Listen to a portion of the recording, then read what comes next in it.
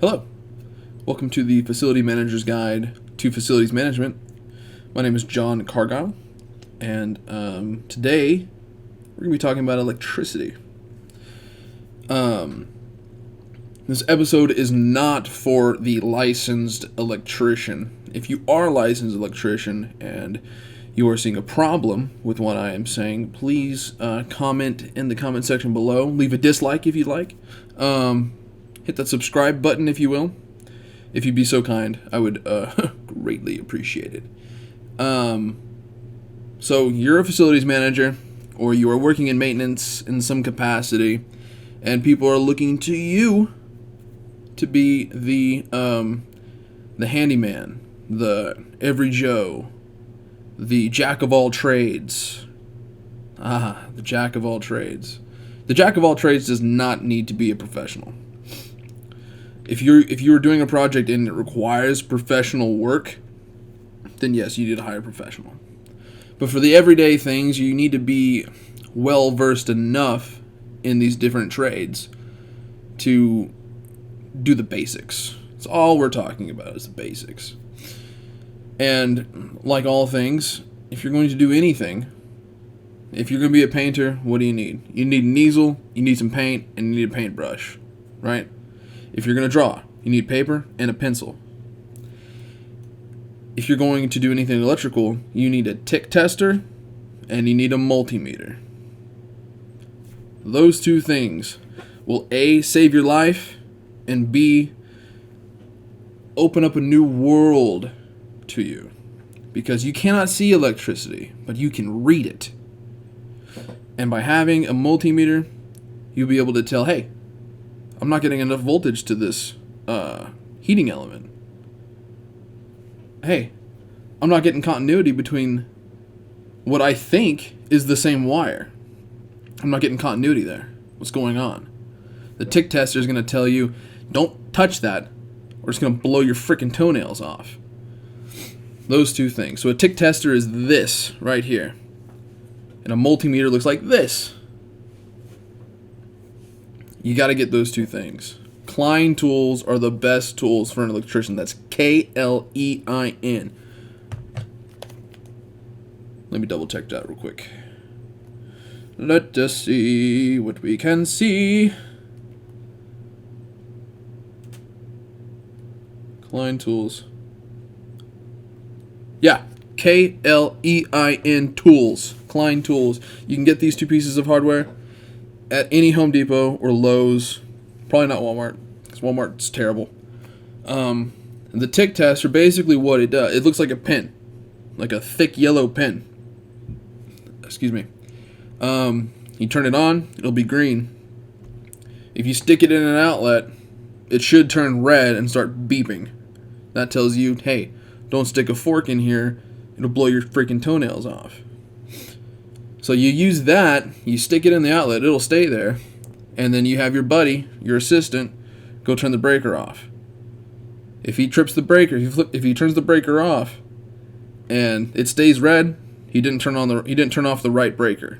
If he turns off another breaker, and it stops beeping, and that red light goes to green, there's no more electricity in that outlet.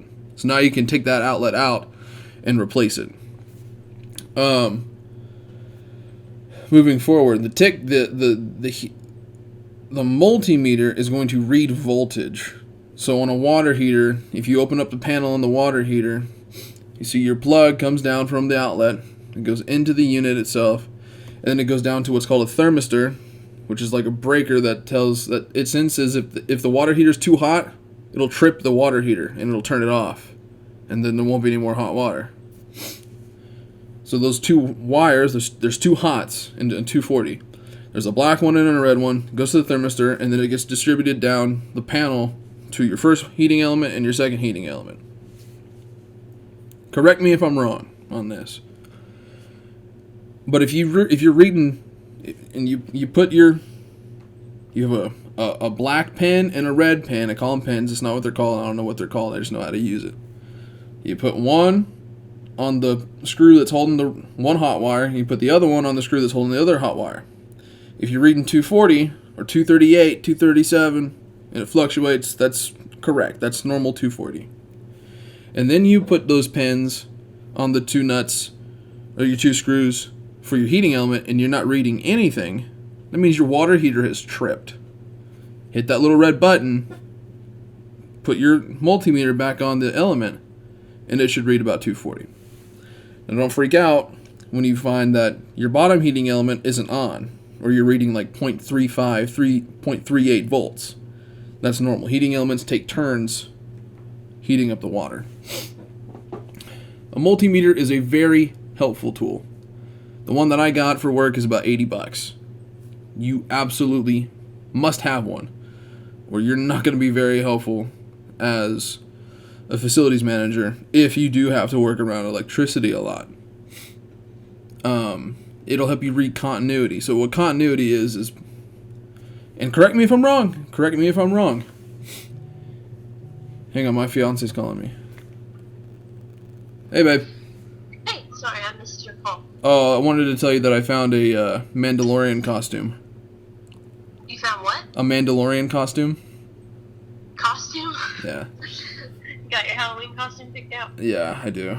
Sorry, I'm in the middle of a podcast. My facilities manager's guide to facilities management. Is Luis in? No, it's just me talking to the camera. Oh, okay. Well, we're gonna go walk around Target, and then I'll go to HB. Okay. Okay. Love ya. Love you. Bye. Bye. Okay. If you don't have that tool, you're not going to be very helpful as a facilities manager. If you do actually have to work around electricity a lot. If you don't, I would still get one. Because everything runs on electricity. Everything. So get those 2 tools. They're going to save your butt. They're going to keep your butt from getting roasted. And we'll touch a bit more on electricity as I kind of figure out how to really structure this podcast. Because right now I'm just kind of free flowing, kind of free balling, just kind of whatever.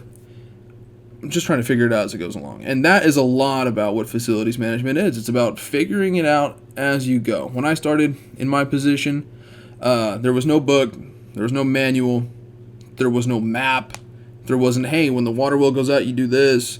There wasn't fill this thing up every 2 months. There wasn't test this every 2 years.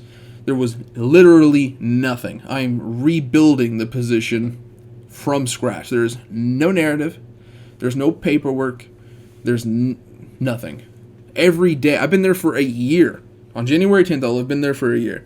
And there has been absolutely, on a daily basis, I'm finding new things as I go. Like, hey, did you know about this? And they're like, yeah, that's been there for a while. You didn't know about that? No. And that's the goal. That's really the ultimate goal of you taking any job. Is you're going to, because one day you're not going to work there. You're either going to die of old age, or you're going to find another job. Those are only 2 options. Or you'll be fired. But that's not really an option. Because failure is not an option. The main goal of you taking any job is to leave the place better than you found it. And in my case, I want to leave the place better looking than I found it, and I want to leave it operating more efficiently than I found it. Because when you walk into a place and everything's broken, you got to try your best to make sure that when you leave that place, people don't have to worry about it being broken again because you fixed it. My name is John Cargill, and this has been the Facilities Manager's Guide to Facilities Management. Thank you.